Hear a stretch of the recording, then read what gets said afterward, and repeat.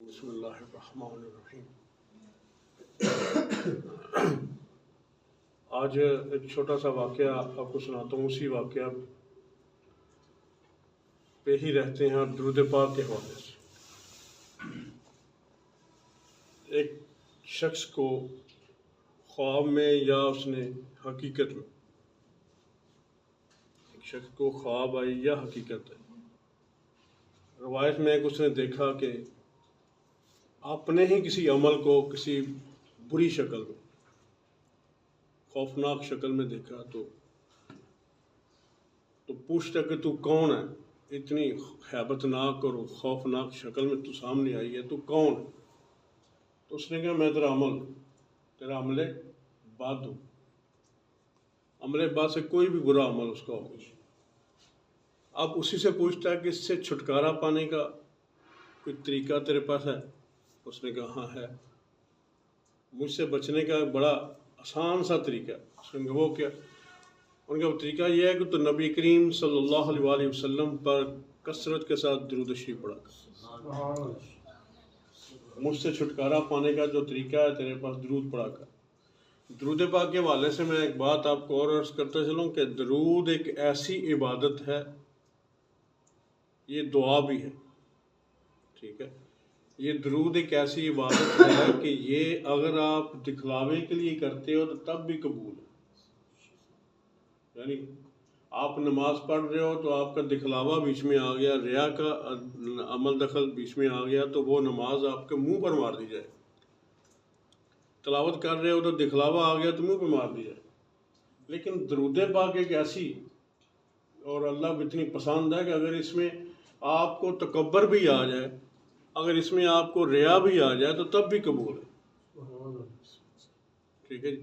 حضرت سفیان ثوری رحمۃ اللہ علیہ ایک محدث گزرے ہیں، وہ ایک واقعہ نقل کرتے ہیں، اور میں تھوڑا سا حضرت سفیان ثوری رحمۃ اللہ علیہ کا آپ کو بتاتا چلوں کہ یہ اپنے وقت کے بہت بڑے محدث ہیں۔ اور یہ وقت کون سا تھا، یہ وقت بھی بتا دیں۔ اگر ہم کوئی بھی واقعہ کسی کا پڑھ کے تو اس کا ساق و اسباب اور اس کے جو وقت ہیں وہ دیکھیں نا تو پھر ہم بہکتے نہیں ہیں۔ یہ دور بہکاوے کا ہے، یہ دور آپ کو یہاں سے نکلیں گے تو ہر بندہ ایک دلیل لے کے آپ کے سامنے کھڑا ہو، ٹھیک ہے نا؟ تو اگر ہم ساتھ میں یہ جانتے ہوں گے یہ حوالہ کب سے ہے تو پھر ہمیں تقویت ملتی ہے کہ تب کم از کم اس طرح کے لوگ نہیں تھے جس طرح کے آج ہیں، اس سے ملتے جلتے ہر دور میں رہے، ٹھیک ہے جی۔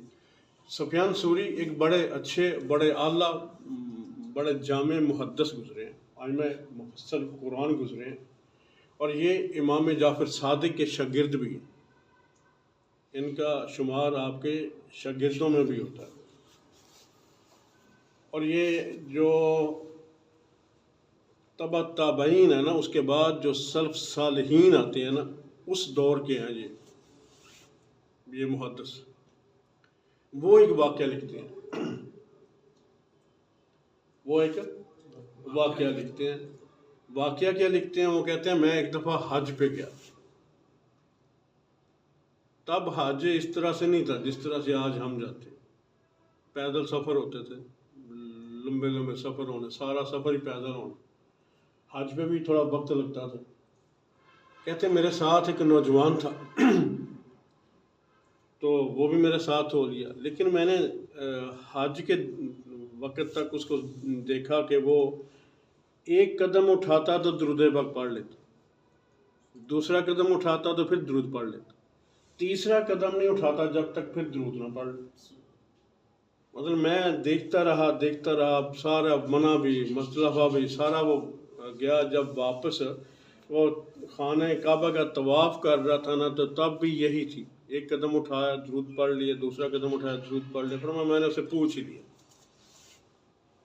عام بندہ بات کر رہا ہو تو بندہ کہتا ہے یار کولوں چھڈن نے، اپنے وقت کا ائمہ مفسر القرآن اور محدث کر رہا ہے، اور یہ وہ بندہ ہے جو امام جعفر صادق کا شاگرد ہے۔ پوچھتے ہیں کہ یار یہ تو کیا کر رہا ہے؟ اس نے کہا میں ہر قدم پر درود پاک پڑھتا ہوں۔ آپ نے فرمایا، میں نے اس سے پھر اگلی بات پوچھی کہ یار اس کا کوئی شرعی کوئی دلیل یا تو کسی سند کے تحت ہی کر رہا ہوگا نا، تو کوئی سند ایسی تیرے پاس ہے اس کی کرنے کی، کس کے پیچھے کوئی جواز ایسا؟ تو فرماتے ہیں جب میں نے یہ بات کہی تو کہتے ہیں ہاں ہے، میں بغیر سند کے کوئی بھی عمل نہیں کر رہا ہوں، اس کی سند ہے۔ کہتے ہیں مجھے پھر بتا اس کی کیا سند ہے۔ اب وہ نوجوان اپنی بات کرتا ہے جی میں اس سے پچھلے سال یا اس سے پچھلے سال، روایت میں یہ بات نہیں ہے، کبھی بات نہیں ہے کہ کون سا تھا، اس سے پچھلا تھا یا اس سے 2-3 سال پہلے تھی یا کہ پچھلا سال تھا، بہرحال اس حج سے پیچھے کوئی حج تھا، ہم یوں کہہ دیتے ہیں۔ کہتے ہیں میں حج پہ آیا تو میری والدہ میرے ساتھ تھی، میری ماں بڑی عبادت گزار تھی، بڑی زاہد تھی اور تقوی کی بڑی پرہیزگار تھی، لیکن وہ درود پاک بڑی کثرت سے ساتھ پڑھتی تھی۔ اپنے باقی جو اعمال کرتی تھی نا، ان اعمال کے ساتھ درود پاک کی کثرت کیا کرتی تھی۔ تو مجھے کہتی ہے میں جب، اور وہ یہ اس وقت کی بات ہے جب ہو سکتا ہے کعبہ کے اندر کا دروازہ کھلا ہوا ہوتا ہو یا اکثر کھل جایا کرتا ہو، اب تو کھلتے ہی نہیں ہے نا، تو تب ہو سکتا ہے کہ کھل جایا کرے جائے، اس وقت کی جو انتظامیہ تھی وہ ہو سکتا ہے کھول دیا کرے۔ تو فرمایا مجھے کہتی ہے کہ بیٹا میرا دل چاہتا ہے کہ میں کعبہ کے اندر جا کے عبادت کروں، مجھے کسی طرح کعبے کے اندر پہنچا۔ آپ فرماتے ہیں میں اپنی ماں کو میں نے اٹھایا اور میں نے دروازہ کھلا تھا کعبے کے اندر لے گئی۔ ماں کعبے کے اندر جب گئی تو جاتے ہی میری ماں کا چہرہ سیاہ ہو گیا، چہرے سے رونق ختم ہو گئی، جس طرح ہیپاٹائٹس کے مریض کی آخری سٹیج ہوتی ہے، آپ نے شاید اس کا اندازہ ہو، اس کا چہرہ جس طرح سے سیاہ ہوتا ہے، پیٹ پھول گیا۔ میں فرمایا بڑا پریشان ہوا کہ حج پہ آیا ہوں، ماں میری ساتھ ہے، ماں نے خود خواہش ظاہر کی ہے، میں اندر لے آیا ہوں، اب چہرہ بھی اس کا سیاہ پڑ گیا ہے اور قریب المرگ بھی ہو گئی ہے، ایسی حالت میں باہر لے کے جاؤں گا تو لوگ تو بڑے بڑے باتیں کریں گے کہ پتہ نہیں، اور اس کا مطلب ہے کہ باتیں لوگ اس وقت بھی کرتے تھے، باتیں لوگ آج بھی کرتے ہیں، اور یہ باتیں ہوتی رہنی۔ ہمیں کوشش یہ کرنی چاہیے کہ ہم حق پر رہیں، باتوں کی پرواہ ہم نہ کریں۔ تو فرماتے ہیں میرے دل میں یہ بات جب آئی تو میں بڑا پریشان اور پریشانی کے عالم میں نے وہیں پر دعا کی، باری تعالیٰ میری مدد فرما، یہ میرے ساتھ جو معاملہ بن رہا ہے میں تو کسی کو کیا کہوں گا باہر جا، میری ماں عبادت گزار ہے، لوگ کہیں گے پتہ نہیں کیڑا گناہ آگے آ گیا یا پتہ نہیں کیا، اس طرح کی باتیں کریں گے۔ تو یہ فرماتے ہیں جب بات ہوئی تو اب میں کیا دیکھتا ہوں کہ دروازے سے ایک بڑا نورانی چہرے والے ایک ہستی اندر داخل ہوئی،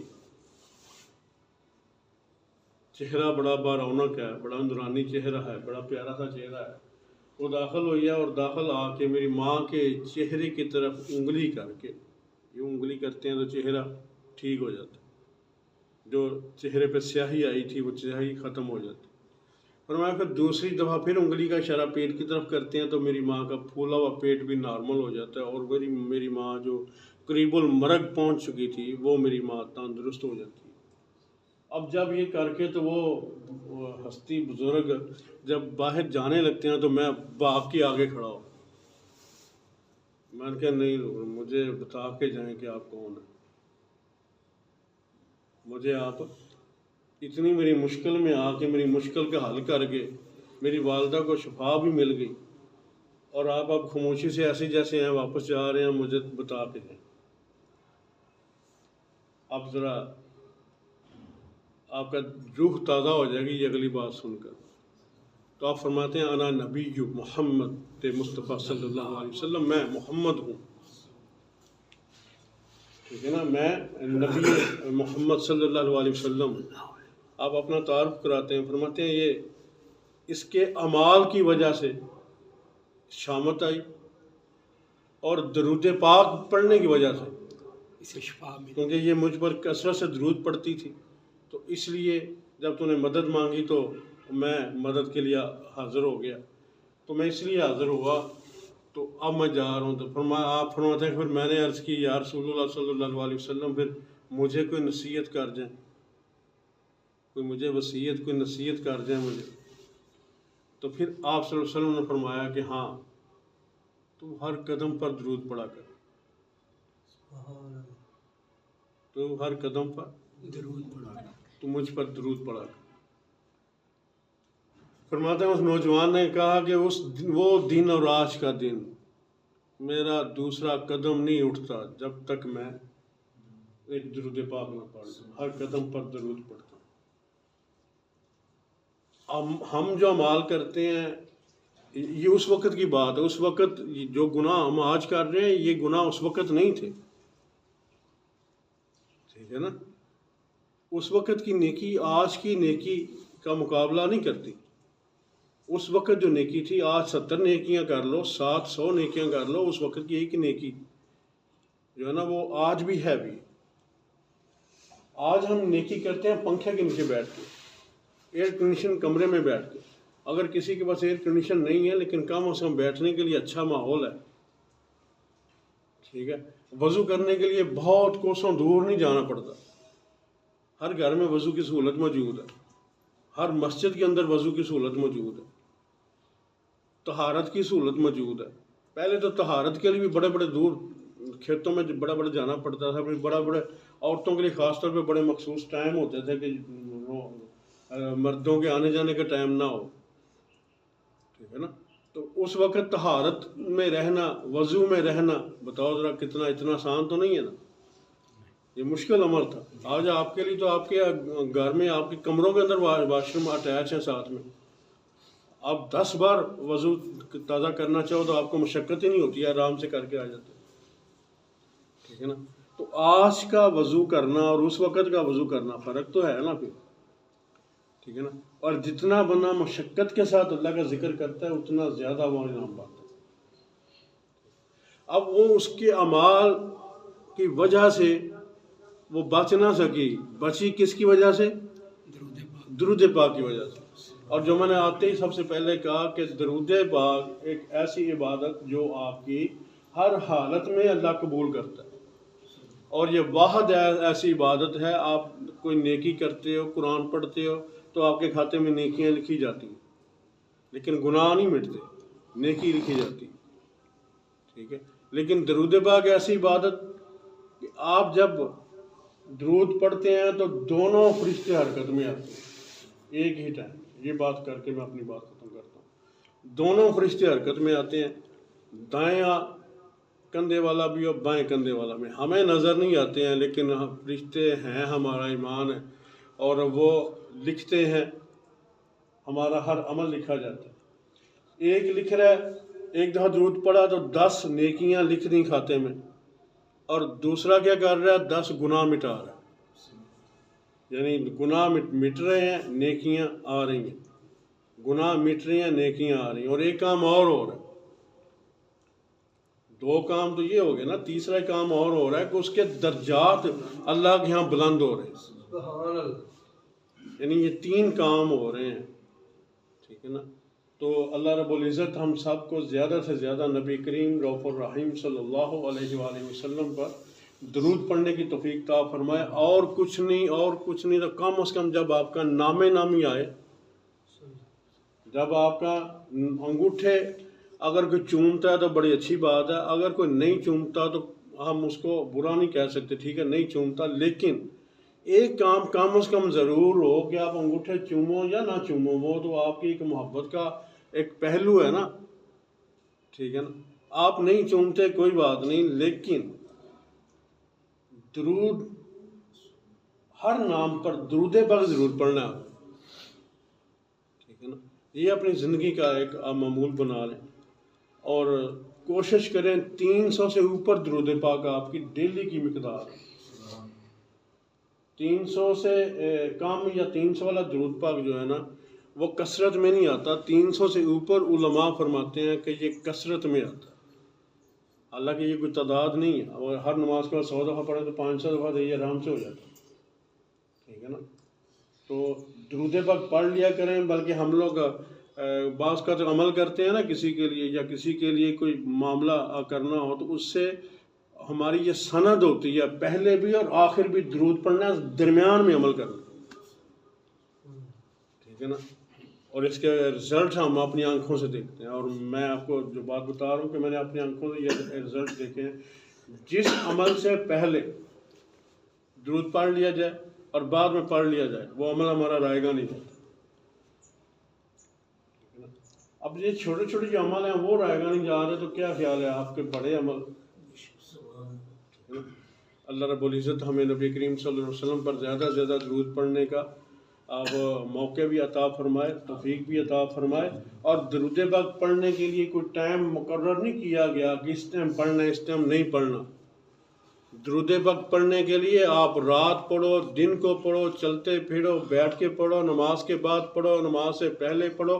کوئی وہ اس میں وہ نہیں ہے کہ آپ نے کب پڑھنا ہے، بس پڑھنا چاہیے. درود پاک میں یہ بھی نہیں ہے کہ کون سا پڑھنا ہے. درود ابراہیمی پڑھو، ٹھیک ہے، نبی کریم صلی اللہ علیہ وسلم پر سلام پڑھو، درود خضری پڑھو، چھوٹا درود صلی اللہ علیہ وسلم پڑھو، آپ کی آل کو بھی ساتھ درود بھیجو، صلی اللہ علیہ وسلم پڑھو، درود خضری پڑھو، درود تاج پڑھو، درود اکبری پڑھو، درود اکبر پڑھو. میری امی درود اکبر پڑھا کرتی، وہ بڑا لمبا ہے لیکن وہ صبح مطلب مجھے پتہ ہے وہ درود اکبر پڑھا کرتی تھی. جب تک پڑھ نہ لیں وہ باقی اپنے معاملات نہیں کیا کرتی، ٹھیک ہے نا. اس لیے درود اکبر پڑھو، جون سا بھی درود آپ کا دل کرتا پڑھو، لیکن پڑھو بس.